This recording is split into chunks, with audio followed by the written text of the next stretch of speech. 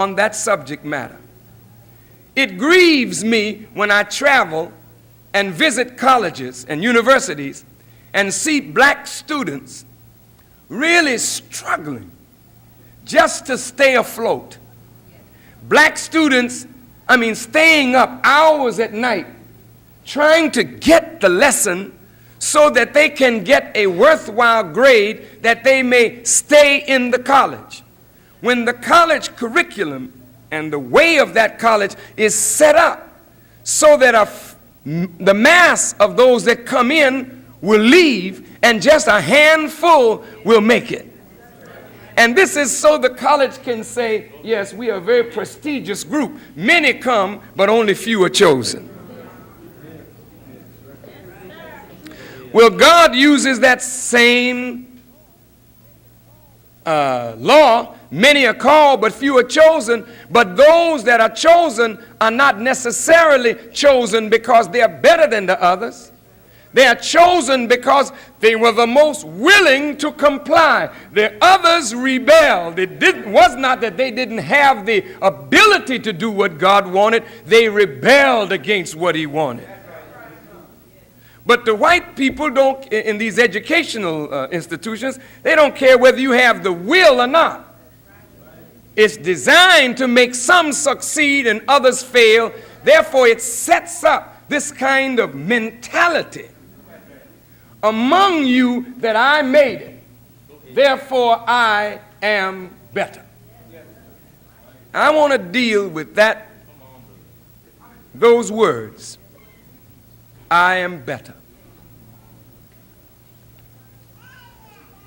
This is a highly competitive world, isn't it? If you're a fighter, you want to be a good fighter. The only way you can be a good fighter, you got to be better than somebody else. So when you whoop a man and establish, your skill over his skill, you raise your hands in victory, you look over your shoulder at the one you just beat into submission, and you smile and you laugh and there's joy, and you say in your heart, I am better. I am better. I'm going to be the champ. And when you get to the top of your class, you say, I am the best.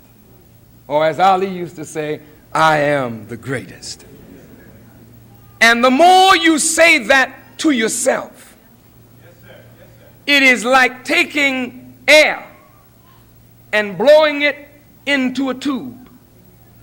The tube only has so much elasticity in it, so you should only put air in it up to the level of that tube's ability to expand. And I must respectfully and humbly say to all who listen that we are not made by nature to take that kind of weight. I am better. I am the best. I am the greatest. The way Allah constructed us, He constructed us in need. He made us a creature that needs something. And because you need something, you have to go to where you have a need to have that need supplied. Is that right? He makes us social beings. None of us can stand independent. God says He alone is independent. Now think over that. So when we go to blowing into our hearts,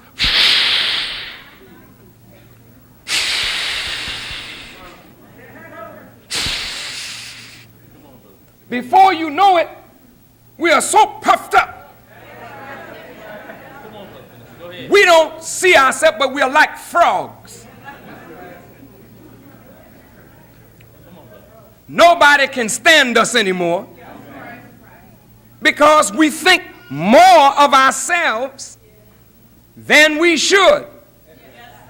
You say, but Brother Farrakhan, sister just broke down your name, and I guess that was like puffing you up. Well, if I allowed it, it could be that. But Allah says he's the best knower and the truthful. If Jesus was wise enough to say, I can of myself do nothing, and he, according to Scripture, was the greatest man that ever lived, but he admitted that he couldn't do anything except what the Father willed, and he's an example for you and me, then we can praise Jesus. But if Jesus heard it, Jesus would say, it's the Father in me. Is that right? Notice how sister described it. These are the attributes of Allah. And they work in us if we submit to his will and law. Then he uses us in accord with his righteous will. But it's not us at any time. One of those scriptures, it says, the Spirit of the Lord is upon me, and God has anointed me to preach good tidings. If you understand that, it's not the man, it's the Spirit of God on that man, in that man, that makes him to preach the good tidings. If the man gets to thinking, it's me, and the God removes his spirit from that man, I guarantee you, you will see a walking fool. And the proof of that is white people in general have ruled the world, and they have made black, brown, red, and yellow submit to their rule. And in our submission to them, their already prideful heart was being pumped up by our submission. Righteous people can throw you off because of their submission to you. They will cause you, or that essence in you, if it is prideful and arrogant, it will cause you to think more of yourself than you should. The Caucasian is stumbling now like a blind man. Why? Because in arrogance he said, I am better. And he has exalted himself above the throne of Almighty God.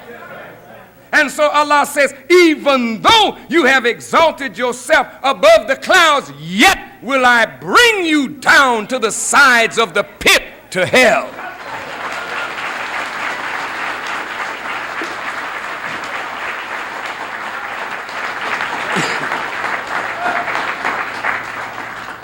If I disrecognize the fact that Allah and the guidance of the Honorable Elijah Muhammad is responsible for any success that I have, then Allah will remove his guidance from me. And if Allah removes his guidance from me, a walking fool will present himself.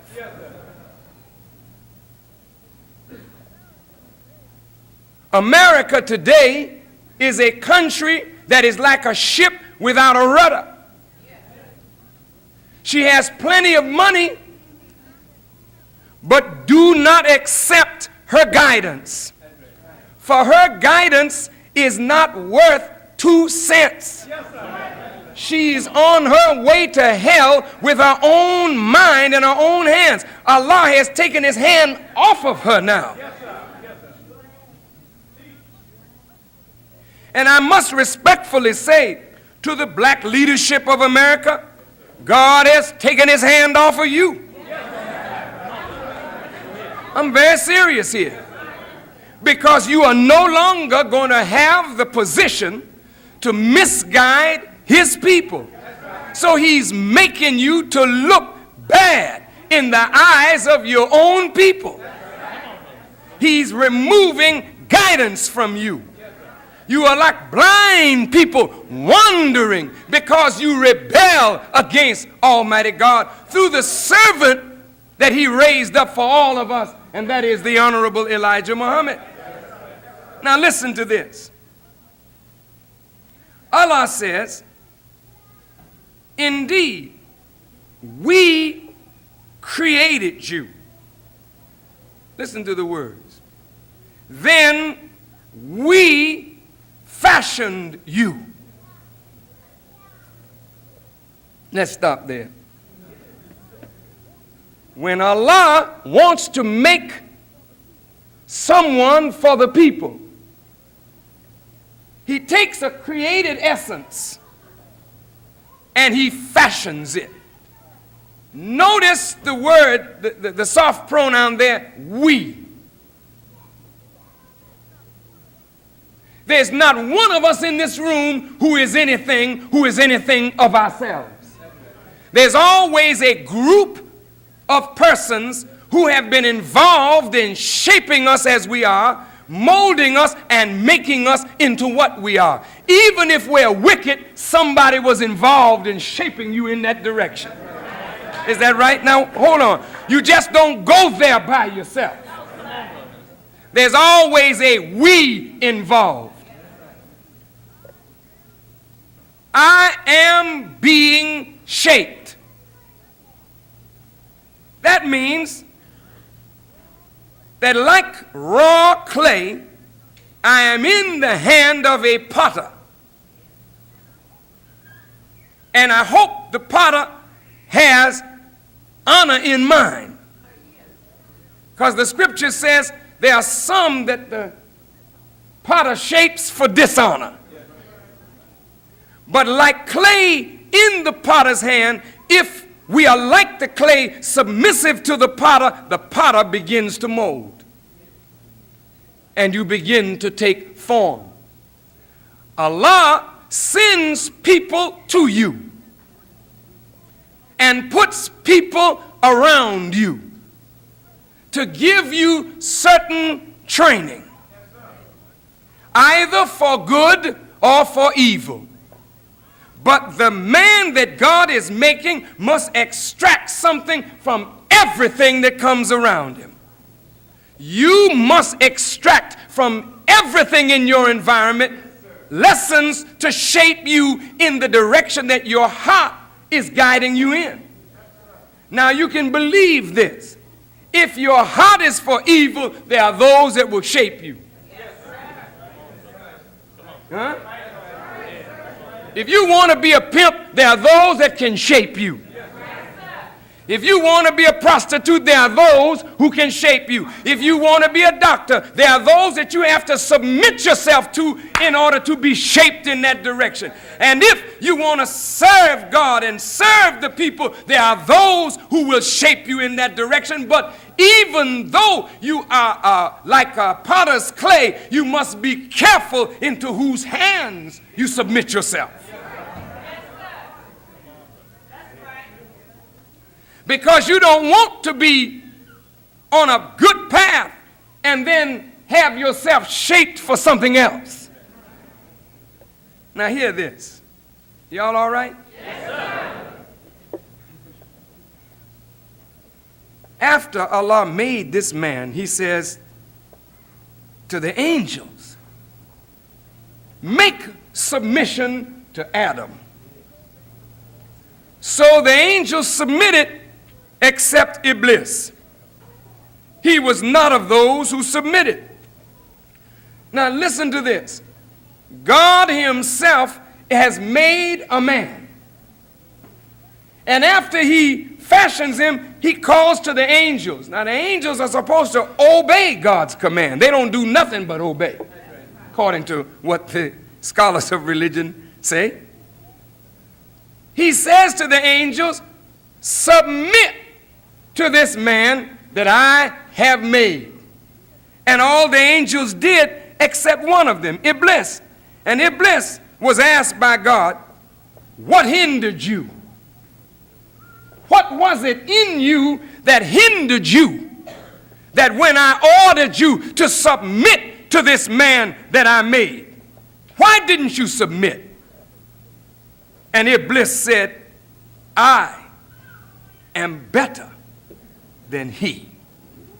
Listen now, listen to the words.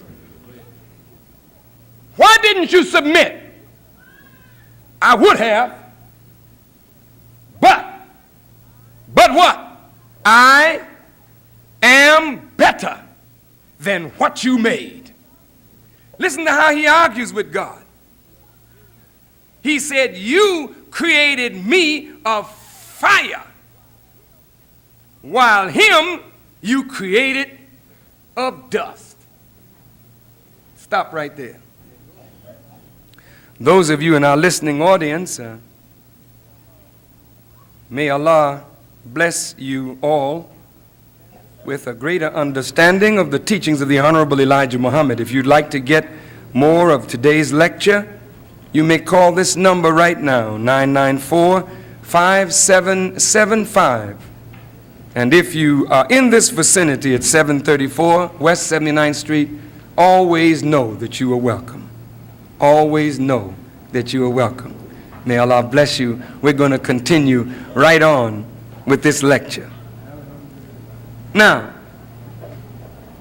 remember the words. You created me of fire, while this one you made of dust. And since I am better than him, I can't submit. Just think on these words a minute. Now, who determines what is better? Fire can't determine that it is better than dust. Only the Creator gives things its value. Man can determine that gold is value, but what is its value in the eyes of the Creator? You say gold is value, so you kill a human being over gold. But that's your value system. But God values obedience more than your make. I am better. That's why I didn't bow. What makes you better? I am made of fire. Everything gets out of the way of fire. Dust move when I come.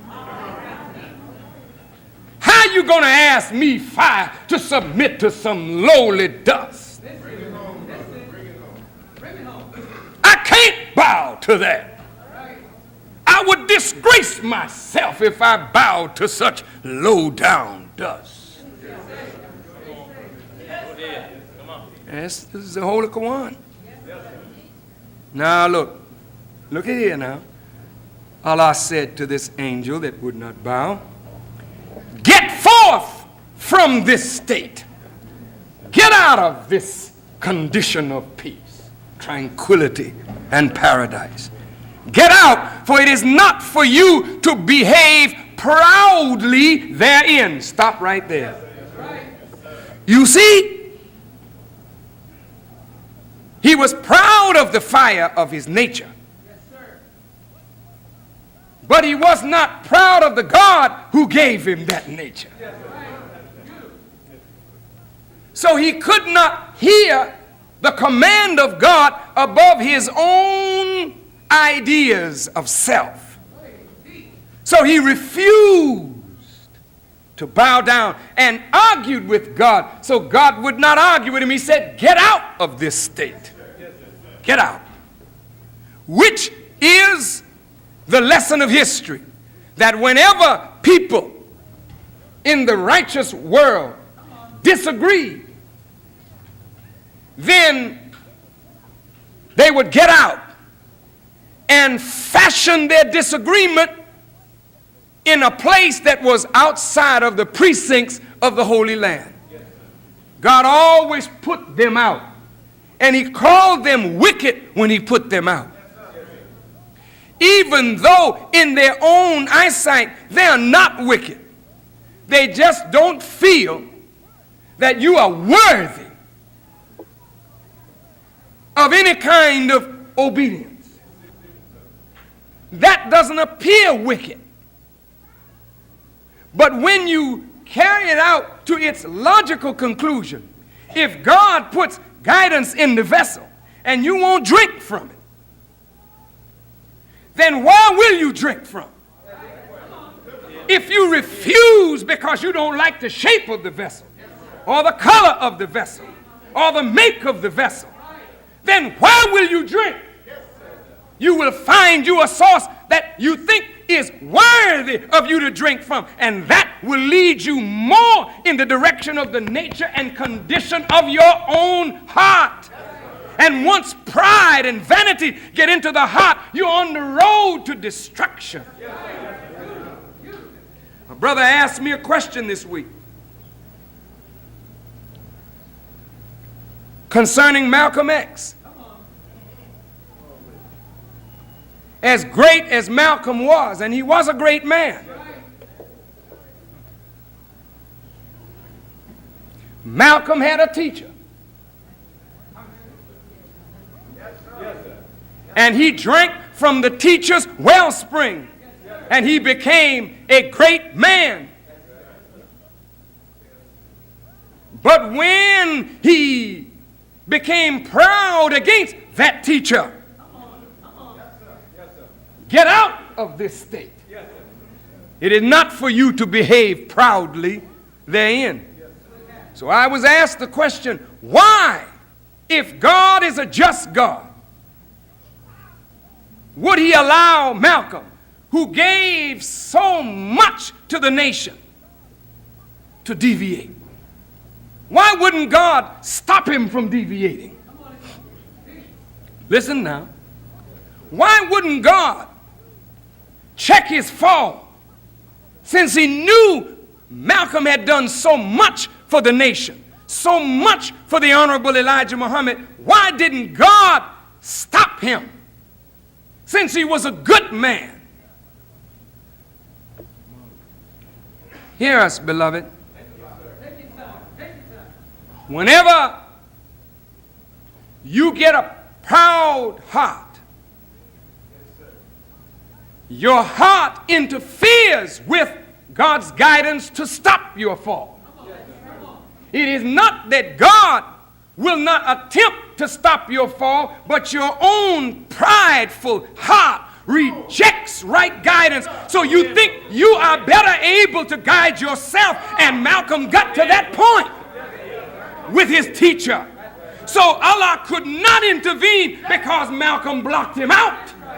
And this is what the Quran teaches. Whenever you begin to get real proud in your own thoughts about yourself, you cannot hear God calling you to a right path because you don't want a path other than the path that you yourself have chosen. You don't want no guidance to tell you, don't go there, go here. You want to go where your mind tells you to go.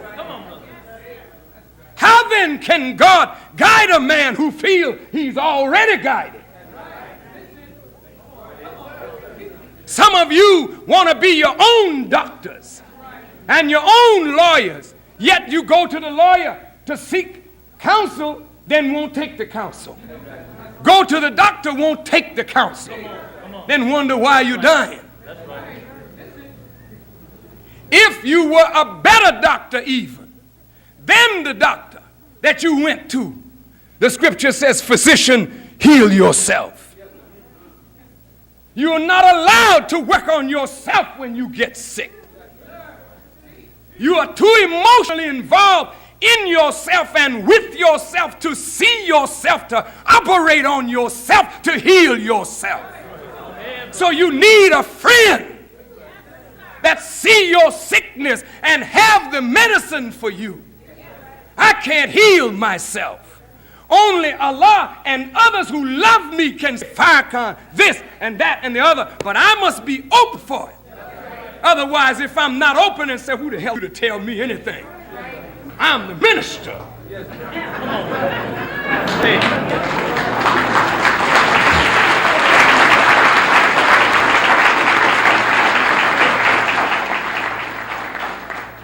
That's why kings and rulers go to hell fast.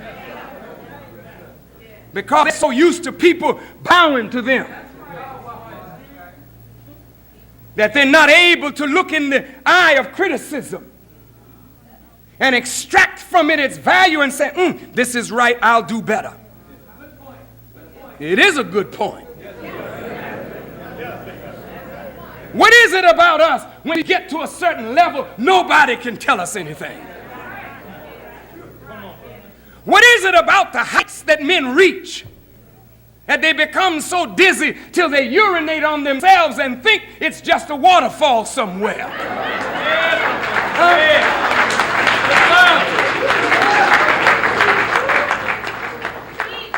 You know, a man that's drunk, he does those kind of things and wakes up wet and thinks somebody else did it to him. He don't believe that he would do that to himself. Go ahead, brother. Tell the truth. The Quran says, when you reject right guidance, Allah hardens your heart in the direction that you yourself want to go in. When He hardens your heart in that direction, then your fate is sealed. But did God do that to you? No. You did it to yourself. Malcolm did this to himself. So when Malcolm did that to himself, God said, well, if I can't save him from himself, I'll make him an example for someone else. Yes, sir. Now, that's heavy. Because God don't waste anything, not even disbelievers or hypocrites.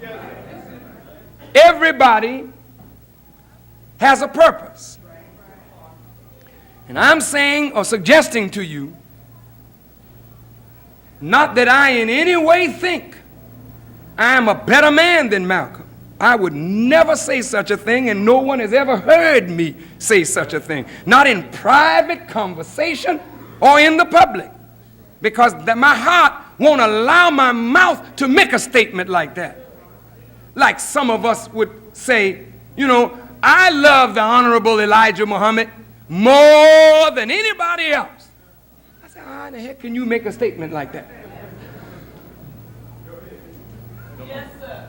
I mean, by what yardstick do you measure that you love God more than somebody else? That's a statement of vanity. Just say, I love God. Don't say, I love Him just as much as you, and I don't see why God blessed you and didn't bless me. See, now you're setting yourself up for something. And here again, I mean, look, brothers and sisters, look. Why are you teaching like this, Farrakhan? Look, I'm teaching like this because, brothers and sisters, it's the thoughts of our own minds that make us or ruin us. You know, you can say, well, the devil made me do it. But which one of them devils? Ain't no white man in no room making no decision with you. So yes, Elijah Muhammad said the white man is the devil. We understand his wickedness. But you can't blame him for everything of evil that's going on. You and I got some part in this too. So when you start deciding on what you want to do, where you want to go, how you want to do it, then look into yourself and see what's motivating the thought. What is the impetus behind the thinking?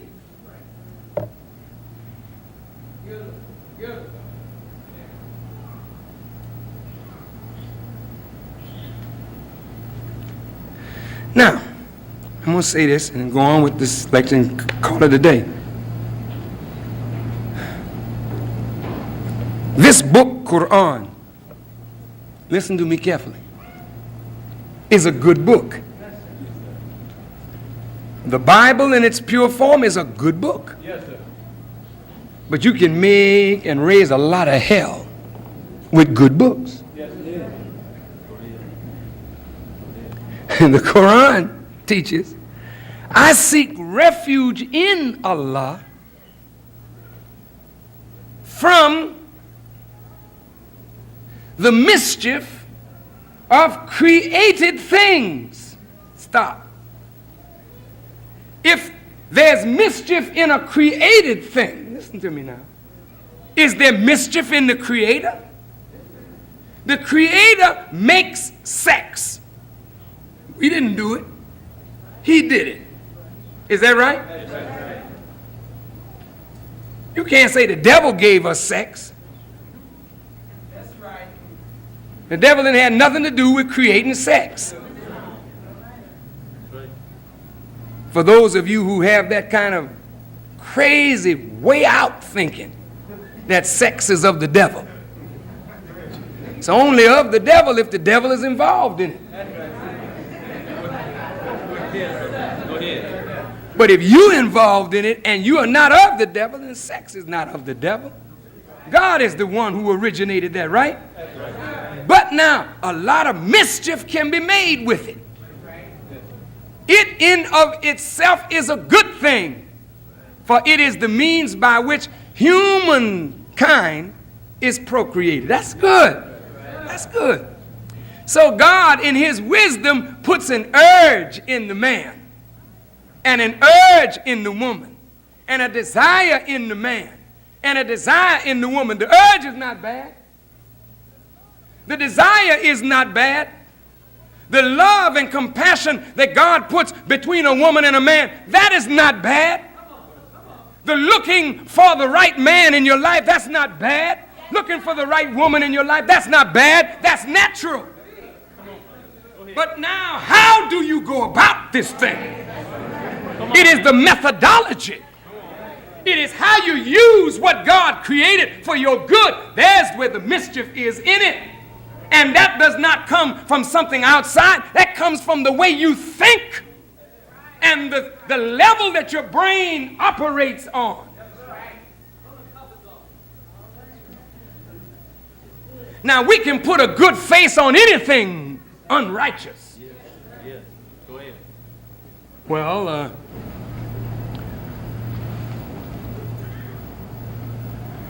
a lot of people steal from the white man. Wait a minute now. Just take anything the white man got and say, I ain't stealing. That no good so-and-so, he took everything he got from us. Don't stop there. Don't stop there. He took everything from you by whose permission?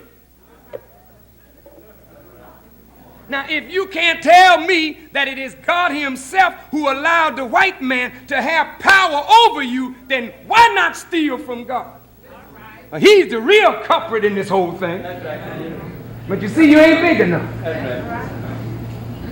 You can't put that kind of face on it. I'm getting even with God. God is a no good, rotten so-and-so. See, your nature don't make you think like that. And if you think like that, something in your nature starts checking you, making you wonder what's going on in yourself. But God is behind it. But is he unrighteous? He have a purpose involved here. His purposes are never unrighteous. Even though his purpose causes you pain and suffering, that doesn't make him unrighteous because you suffer. It may be more unrighteous that you go through life easy. Because that's so contrary to the nature of life. All life struggles and suffers to grow and evolve and become beautiful. You don't want pain, but you want beauty. You don't want suffering, but you want the crown. How the hell can you get the crown if you're not willing to suffer for what you want out of life? All that we're involved in entails suffering, brother. And it ain't unjust that you suffer. Woman lays down with a man and in joy, she conceives life. She's so happy. She gets up from that experience. I love you, darling. Go ahead, brother man. 9 months later, when those pains start striking her, she cusses him. That no good.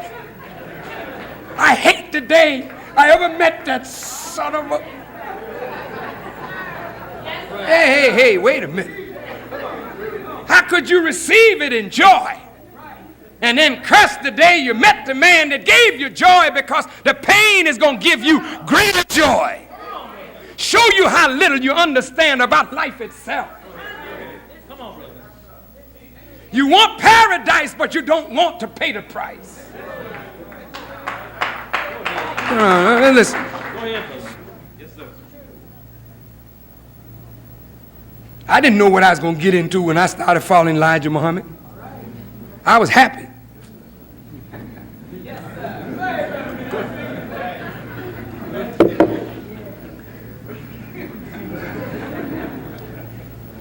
I didn't know nothing about preaching, brother. This wasn't my thing. I was a musician. I love my music. Practice 8, 9, 10 hours a day. That's all I thought about. I ate, slept, drank, music. And then I ran into Elijah Muhammad one day. And I mean, I ran into him. You know what I mean? I was looking for somebody to help black people, because I wanted to help, but I didn't know how. I met Elijah Muhammad. And within 30 days after I said I submit, Elijah Muhammad sent word down through Malcolm, all of those in the temple that are in music, you got 30 days to get out of music or get out of the temple. I said, wait a minute. Go ahead. But you see, listen to me carefully. Elijah Muhammad knew that he had captured